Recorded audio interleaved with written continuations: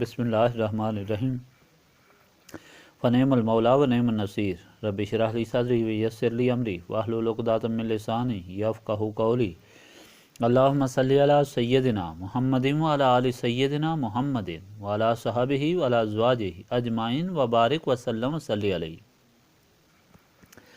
الحمدللہ، اللہ تعالیٰ جل جلالہ کا لاکھ لاکھ شکر ہے کہ مالک الملک نے آج پھر ہمیں اپنی رضا کے لیے اپنی یاد میں محبت میں یہاں جمع ہونے کی توفیق اور موقع عطا فرمایا۔ لاکھوں اور کروڑوں درود اور سلام سرور انبیاء حبیب خدا حضرت محمد مصطفیٰ صلی اللہ علیہ وآلہ وسلم پر، جن کے طفیل یہ کرم ہوا۔ سامعین کرام، اللہ تعالیٰ نے قرآن پاک میں ارشاد فرمایا ہے قُلْ اطیعوا اللَّهَ وَالرَّسُولَ فَإِن تَوَلُّوا فَإِنَّ اللَّهَ لَا يُحِبُّ الْكَافِرِينَ۔ ان سے کہہ دیجئے کہ اللہ تعالیٰ کی تابع داری کرو اور رسول پاک صلی اللہ علیہ وآلہ وسلم کی تابع داری کرو، اور اگر تم منہ پھیرو گے اطاعت سے تو اللہ تعالیٰ کافروں سے محبت نہیں کرتا۔ زمانے کے ساتھ ساتھ شیطان نے اپنی چالوں میں اضافہ کر لیا ہے اور ایسے لوگ ترتیب دیے ہیں جنہوں نے لوگوں کو دین کا رہبر بن کر گمراہ کرنا شروع کیا، اتنا زیادہ کہ ان کو کفر تک پہنچا دیا۔ ایسے بھی شیطان کے پیروکار ہیں جو اعلانیہ اس عقیدے کو اپنا چکے ہیں کہ حدیث شریف میں کوئی حقیقت نہیں، کیونکہ قرآن موجود ہے۔ قرآن کا وعدہ ہے کہ اس میں ہر چیز موجود ہے اور مکمل ہدایت ہے، تو اگر دوسری طرف توجہ دی جائے گی تو قرآن کی ہدایت سے انسان محروم ہو سکتا ہے۔ لہٰذا قرآن کی موجودگی میں کسی اور ہدایت کی ضرورت نہیں۔ نیز حدیث کی ترتیب کئی سال بعد ہوئی جس میں تبدیلی ہو سکتی ہے۔ پھر دنیا میں اسلام میں اتنے انقلاب آئے کہ بادشاہوں نے اپنی غراض کو پورا کرنے کے لیے حدیث کو منوایا اور پھیلایا۔ یہاں تک یہ بات ہے کہ حدیثیں گھڑی گئیں تو بالکل صحیح ہے، مگر اس کا یہ مطلب نہیں کہ حدیث سے رسول صلی اللہ علیہ وآلہ وسلم کی ضرورت نہیں، یا اصل حدیث موجود نہیں، یا ان کے بغیر دین اسلام مکمل ہو سکتا ہے۔ یہ بالکل غلط اور گمراہ کن بات ہے، اور شیطان کے پیروکاروں کی طرف سے لوگوں کو گمراہ کرنے کے لیے ہے۔ حدیث کے بغیر نہ اسلام سمجھ میں آ سکتا ہے، نہ قرآن سمجھا جا سکتا ہے۔ حدیث کیا ہے؟ حضور پاک صلی اللہ علیہ وآلہ وسلم کے منہ مبارک سے قرآن کی تفسیر ہے۔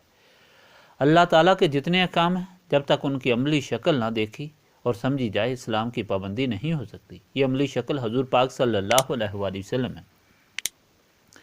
مثال کے طور پر حکم ہے قرآن میں کہ نماز قائم کرو، مگر کس طرح قائم کرو؟ حدیث کے ذریعے سمجھ میں آیا کہ حضور پاک صلی اللہ علیہ وآلہ وسلم نے کس طرح نماز پڑھی، کس طرح رکوع و سجود کیے، کتنی رکعات کیں، کس وقت پڑھی۔ اس کے علاوہ حضور پاک صلی اللہ علیہ وآلہ وسلم کے ہر عمل میں اسلام ہے۔ جب تک حضور پاک صلی اللہ علیہ وآلہ وسلم کے عمل کا علم نہ ہو، اللہ تعالیٰ کے حکم کو سمجھنا ناممکن ہے۔ نبی پاک صلی اللہ علیہ وآلہ وسلم نے اس وجہ سے فرمایا کہ میں تم میں سے کسی شخص کو اس حالت میں نہ پاؤں، یعنی تم میں سے کوئی ایسا نہ ہو جائے کہ اس کے پاس کوئی حکم میرے احکام میں سے آئے اور پھر وہ کہے کہ ہم اس کو نہیں پہچانتے ہیں۔ جو کچھ قرآن میں ہے پایا، اس کی اتباع کر دی۔ آگاہ رہو، مجھے قرآن دیا گیا ہے اور اس کا مثل اس کے ساتھ دیا گیا ہے، یعنی حضور پاک صلی اللہ علیہ وآلہ وسلم کا عمل اور فرمان سب قرآن ہے۔ حضور پاک صلی اللہ علیہ وآلہ وسلم تو کچھ نہیں فرماتے تھے جب تک اللہ تعالیٰ کا حکم نہ ہو۔ یہی وجہ ہے کہ جب کسی نے حضور پاک صلی اللہ علیہ وآلہ وسلم کے متعلق ام المومنین حضرت عائشہ رضی اللہ تعالیٰ عنہا سے پوچھا تو آپ نے فرمایا کہ حضور پاک صلی اللہ علیہ وآلہ وسلم کی زندگی قرآن کا عملی نمونہ تھی۔ حاضرین مجلس، مطلب یہ ہے کہ انسان اس وقت تک مکمل مسلمان نہیں ہو سکتا جب تک حضور پاک صلی اللہ علیہ وآلہ وسلم کے احکام و اعمال سے مکمل طور پر واقف نہ ہو، اس کی مطابقت اور تابع داری میں زندگی نہ گزرے، اور اگر خلاف کرے تو پھر دائرہ اسلام سے خارج ہے، کافر ہے۔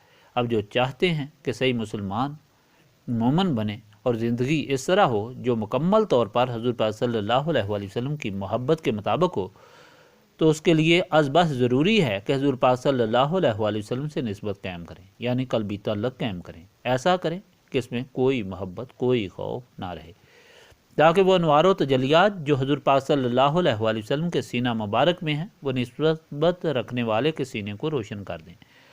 معرفت نفس اور پھر معرفت الہی حاصل ہو جائے۔ اس قیمتی دولت کے لیے سینے کی صفائی بہت ضروری ہے۔ جو یاد الہی سے جس کے لیے اس محفل کا انعقاد کیا جاتا ہے۔ اب شروع کریں۔ بسم اللہ الرحمن الرحیم۔